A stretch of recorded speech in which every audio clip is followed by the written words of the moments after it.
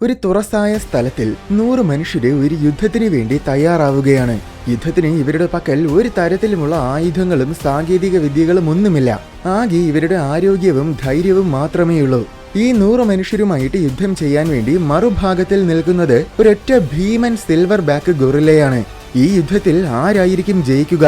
ഗൊറില്ലയോ അതോ 100 മനുഷ്യരോ? ഈയിടെ ഓൺലൈനിൽ വളരെ വലിയ തർക്കങ്ങൾക്ക് കാരണമായ ഒരു സാങ്കല്പിക ചോദ്യമാണിത്. ഈ ചോദ്യത്തിന്റെ ശരിക്കുമുള്ള ഉത്തരം എന്താണെന്ന് നമുക്ക് നോക്കാം.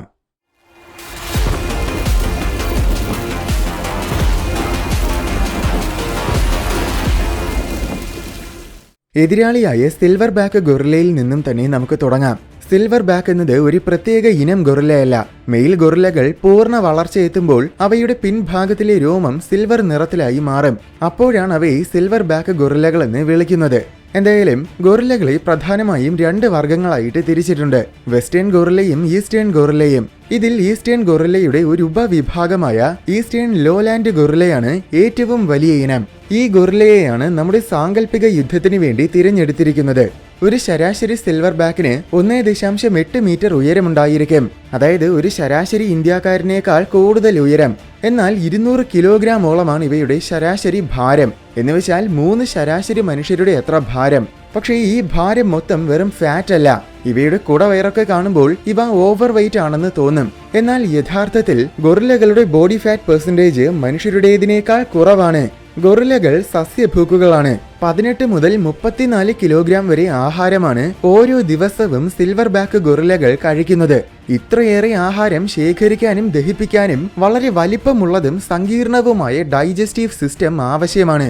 അതുകൊണ്ടാണ് ഇവയുടെ വയറിന് ഇത്രയേറെ വലിപ്പമുള്ളത്. അല്ലാതെ ഇത് ശരിക്കും കുടവയറൊന്നുമല്ല.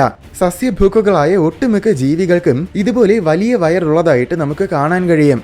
സിൽവർ ബാക്കിന്റെ ഭാരത്തിൽ വലിയൊരു ശതമാനവും അവയുടെ ശരീരത്തിൽ നിറഞ്ഞിരിക്കുന്ന ശുദ്ധമായ മസിൽസ് ആണ്. മനുഷ്യരുമായിട്ട് താരതമ്യം ചെയ്യുമ്പോൾ ഇവയുടെ മസിൽസിന് സാന്ദ്രത വളരെ കൂടുതലാണ്. അപ്പോൾ സ്വാഭാവികമായും ശക്തിയും ഒരുപാട് കൂടുതലായിരിക്കും. അതിനു പുറമെ ഈ പേശികളിൽ ഫാസ്റ്റ് ട്വിച്ച് ഫൈബേഴ്സ് ആണ് കൂടുതലും അടങ്ങിയിരിക്കുന്നത്. പെട്ടെന്ന് വലിയ രീതിയിൽ ആരോഗ്യം നൽകാൻ കഴിയുന്ന തരത്തിലാണ് ഈ fast twitch muscle fibres design ചെയ്തിരിക്കുന്നത്. അതിനാൽ ഗൊറില്ലകൾക്ക് അവയുടെ മൊത്തം ആരോഗ്യവും വളരെ പെട്ടെന്ന് ഉപയോഗിക്കാനാകും. മറ്റൊരു കാര്യം, ഇവയുടെ എല്ലുകൾക്ക് മനുഷ്യരുടേതിനേക്കാൾ കട്ടിയും സാന്ദ്രതയും ഒരുപാട് കൂടുതലാണ്. ഇവയുടെ ഭാരത്തിനെ താങ്ങാൻ ഇത്രയും കട്ടി കൂടിയ എല്ലുകൾ ആവശ്യവുമാണ്. ഇവ ചിലപ്പോഴൊക്കെ ഉയരം കൂടിയ മരങ്ങൾക്ക് മുകളിൽ നിന്നും വീഴാറുണ്ട്. ആ വീഴ്ച പോലും താങ്ങാൻ പറ്റുന്ന രീതിയിലാണ് ഈ എല്ലുകൾ നിർമ്മിതമായിരിക്കുന്നത്. അതിനു പുറമെ ഇവയുടെ മൊത്തം ഘടനയെയും അത്യധികം ദൃഢമാക്കുന്നതും ഈ എല്ലുകളാണ്. ഈ കാരണങ്ങൾ കൊണ്ട് തന്നെ സിൽവർ ബാക്കിന് ഒരു ശരാശരി മനുഷ്യന്റെ 10 മടങ്ങോളം ആരോഗ്യമുണ്ട്. ഒരു ശരാശരി മനുഷ്യന് 200 കിലോഗ്രാമോളം ഭാരം ഡെഡ് ലിഫ്റ്റ് ചെയ്യാൻ കഴിയും. അങ്ങനെയെങ്കിൽ ഒരു സിൽവർ ബാക്കിന് 2000 കിലോഗ്രാം ഭാരം ഡെഡ് ലിഫ്റ്റ് ചെയ്യാൻ പറ്റും. ഗൊറില്ലകളുടെ അപ്പർ ബോഡിക്കാണ് കൂടുതൽ ആരോഗ്യം. പ്രത്യേകിച്ച് അവയുടെ കൈകൾ ശരിക്കും ഭയാനകമാണ്. ഗൊറില്ലകളുടെ കൈകൾക്ക് അവയുടെ കാലുകളേക്കാൾ നീളമുണ്ട്. നീളം മാത്രമല്ല, അതിനൊത്ത വലിപ്പവുമുണ്ട്. നമ്മുടെ കാലുകളേക്കാൾ ഒരുപാട് വലുതാണ് അവയുടെ കൈകൾ. ഈ കൈകൾ മൊത്തം നേരത്തെ പറഞ്ഞതുപോലത്തെ മസിൽസ് കൊണ്ട് നിറഞ്ഞതാണ്. അതിനാൽ കൈകൾക്ക് അതിശയിപ്പിക്കുന്ന തരത്തിൽ ആരോഗ്യവുമുണ്ട്. ചെറിയ മരങ്ങളെയൊക്കെ ഇവ പുഷ്പം പോലെയാണ് ഒടിച്ചു മടക്കുന്നത്. വലിയ മരങ്ങളിലുള്ള ഭീമൻ കൊമ്പുകളും ഇതുപോലെ ഒടിക്കാറുണ്ട്. അതുപോലെ മരത്തിന്റെ തോലും പേപ്പർ വലിച്ചു കീറുന്നത് പോലെയാണ് കീറുന്നത്. ഇവരെ ഇടയ്ക്കിടയ്ക്ക് കൈകൾ ഉപയോഗിച്ച് നടക്കുകയും ചെയ്യും. ഇതൊക്കെ അത്യധികം ആരോഗ്യം ആവശ്യമുള്ള കാര്യങ്ങളാണ്. അതിനു വേണ്ടിയിട്ടാണ് ഗൊറില്ലകളുടെ കൈകൾ ഇത്രയേറെ ആരോഗ്യമുള്ള രീതിയിൽ പരിണമിച്ചത്. പക്ഷെ ഇതിനൊക്കെ പുറമെ മറ്റ് ജീവികളെയൊക്കെ ശക്തമായിട്ട് ഇടിച്ച് ആക്രമിക്കാനും ഈ കൈകൾ ഉപയോഗപ്രദമാണ്. ട്രെയിനിങ് ഒന്നും കിട്ടിയിട്ടില്ലാത്ത ഒരു സാധാരണ മനുഷ്യന്റെ ഒരിടിക്ക് ഏതാണ്ട് 100 കിലോഗ്രാം ഫോഴ്സ് ഉണ്ടായിരിക്കും. എന്നാൽ ഗൊറില്ലയുടെ ഒരിടിക്ക് അതിന്റെ 20 മടങ്ങിൽ കൂടുതൽ ശക്തിയുണ്ട്. ചുരുക്കി പറഞ്ഞാൽ സിൽവർ ബാക്കിന്റെ ഒരിടി കിട്ടിയാൽ തന്നെ നമ്മുടെ തലയോട്ടിയും എല്ലുകളും ഒക്കെ പപ്പടം പോലെ പൊടിഞ്ഞു പോകും. അത്രയേറെ കരുത്തരാണിവ. മറ്റൊരു പ്രധാനപ്പെട്ട കാര്യം, ഗൊറില്ലകളുടെ ജീവിത രീതികൾ കാരണം ഒരു കുട്ടി ഗൊറില്ല പോലും വലിയ ശക്തിശാലികളായ മനുഷ്യരെക്കാൾ കൂടുതൽ കരുത്തനായിരിക്കും. എന്തെന്നാൽ അവ എപ്പോഴും കാട്ടിലൂടെ ഓടുകയും ചാടുകയും ഒക്കെ ചെയ്യുന്നതുകൊണ്ട് അവയുടെ മസിൽസിനെ അവരെപ്പോഴും ട്രെയിൻ ചെയ്തുകൊണ്ടിരിക്കുകയാണ്. എന്നാൽ മനുഷ്യരുടെ കാര്യം അങ്ങനെയല്ല. ശരാശരി മനുഷ്യര് അവരുടെ മസിൽസിനെ ഒരു രീതിയിലും ട്രെയിൻ ചെയ്യാറില്ല.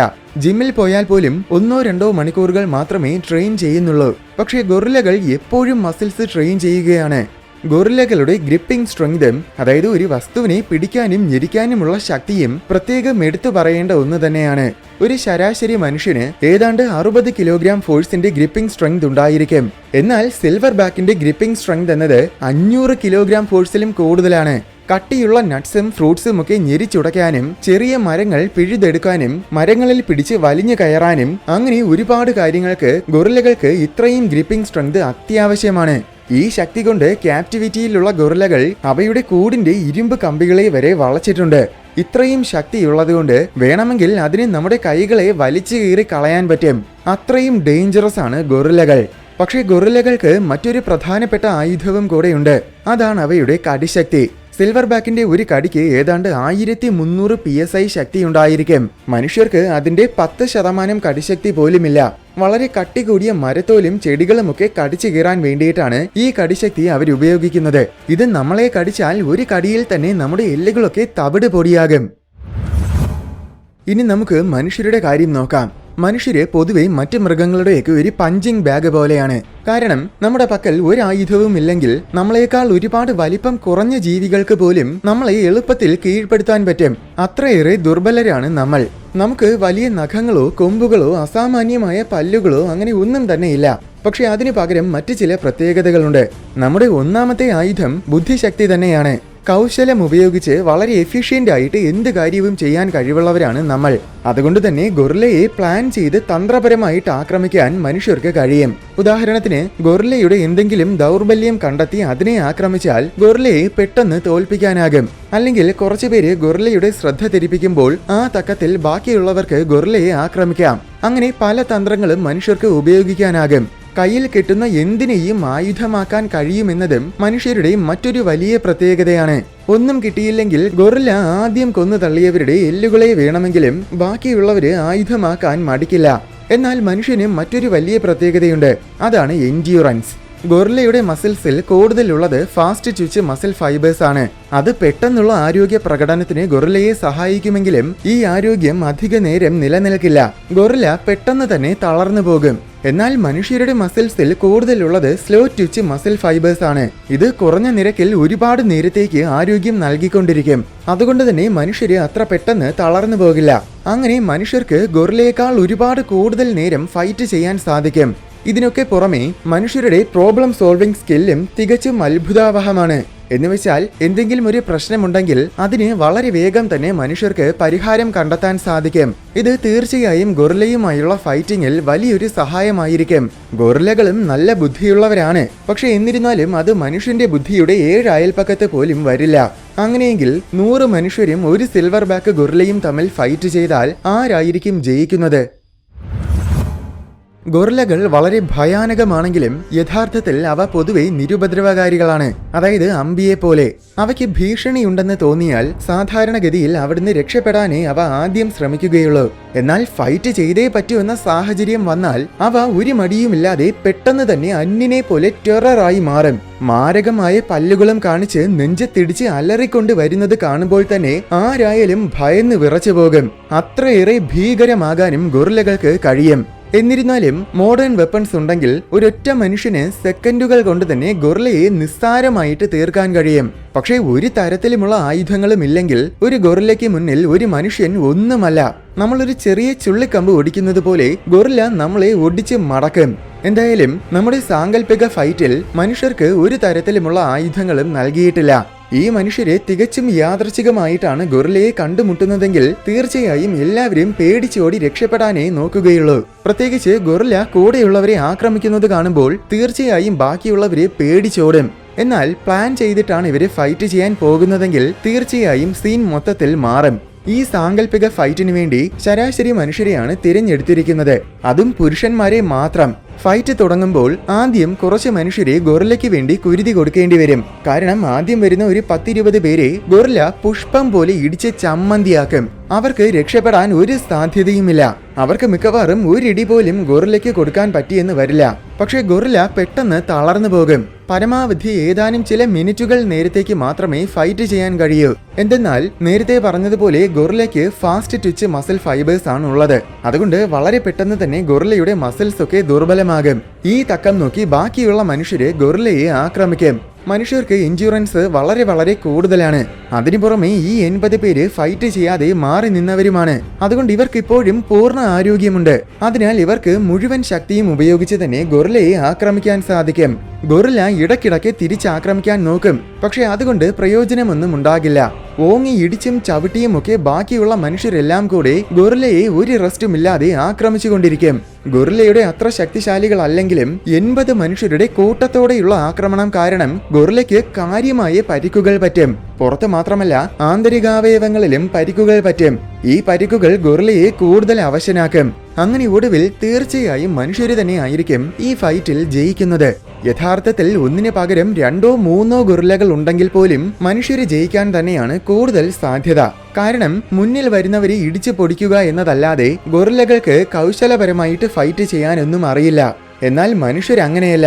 കുറച്ചു പേരെ കുരുതി കൊടുത്തിട്ടാണെങ്കിലും ഗൊറില്ലകളെ മനുഷ്യര് വീഴ്ത്തുക തന്നെ ചെയ്യും. അതുപോലെ ആയുധങ്ങൾ ഒന്നുമില്ലെങ്കിലും നേരത്തെ പറഞ്ഞതുപോലെ ആദ്യം മരിച്ചു വീഴുന്നവരുടെ എല്ലുകളെ വേണമെങ്കിലും മനുഷ്യര് ആയുധങ്ങളാക്കി മാറ്റും. അതിനു പുറമെ ഗൊറില്ലയുടെ വീക്ക് പോയിന്റ്സിനെ ആയിരിക്കും മനുഷ്യര് ആദ്യം ആക്രമിക്കുന്നത്.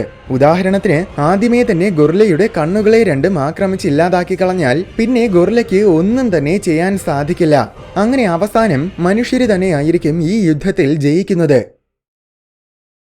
ഈ സാങ്കല്പിക ഫൈറ്റ് കൗതുകകരമാണെങ്കിലും നമ്മൾ യാഥാർത്ഥ്യം തിരിച്ചറിയേണ്ടതും അത്യാവശ്യമാണ്. ഗൊറില്ലകൾ വയലൻസ് തേടി പോകുന്ന മോൺസ്റ്റേഴ്സ് അല്ല, മറിച്ച് അവ വളരെ ബുദ്ധിയുള്ളതും സാമൂഹികവും സമാധാനപരവും സങ്കീർണവുമായ ജീവികളാണ്. പക്ഷേ നിർഭാഗ്യവശാൽ ഗൊറില്ലകൾ ഇന്ന് വംശനാശ ഭീഷണി നേരിടുകയാണ്. അതിന്റെ കാരണം ഒരുപക്ഷെ നിങ്ങൾ ഊഹിച്ചു കാണും, മനുഷ്യര് തന്നെയാണ്. മനുഷ്യര് ചെയ്യുന്ന വനനശീകരണം, ഖനനം, കാർഷിക വൃത്തി മുതലായവ കാരണം ഗൊറില്ലകളുടെ വാസസ്ഥലങ്ങളൊക്കെ തകർന്നുകൊണ്ടിരിക്കുകയാണ്. അനന്തരഫലമായിട്ട് ഒരുപാട് ഗൊറില്ല പോപ്പുലേഷന് ഓൾറെഡി വംശനാശം സംഭവിച്ചു കഴിഞ്ഞു. മനുഷ്യരിൽ നിന്നുമുള്ള മാരകമായ ചില രോഗങ്ങൾ ഗൊറില്ലകൾക്കും കിട്ടാറുണ്ട്. ഈ അസുഖങ്ങളും ഗൊറില്ലകളെ കൊന്നൊടുക്കിയിട്ടുണ്ട്. ഇതൊക്കെ പോട്ടേന്ന് വെക്കാം. പക്ഷെ ഇങ്ങനെയൊക്കെ അവയെ ദ്രോഹിക്കുന്നതിന് പുറമെ ഗൊറില്ലകളെ ചില മൗണ്ടെയിൻ റോക്കറ്റ്സ് വേട്ടയാടുകയും ചെയ്യാറുണ്ട്. അങ്ങനെ എല്ലാം കൊണ്ടും ഇപ്പോൾ സകല ഗൊറില്ല വർഗങ്ങളും വംശനാശ ഭീഷണി നേരിടുകയാണ്. അതുകൊണ്ട് അവയുമായിട്ട് ഫൈറ്റ് ചെയ്യുന്നതിന് പകരം അവയെ സംരക്ഷിക്കാനാണ് നമ്മൾ ശ്രമിക്കേണ്ടത്.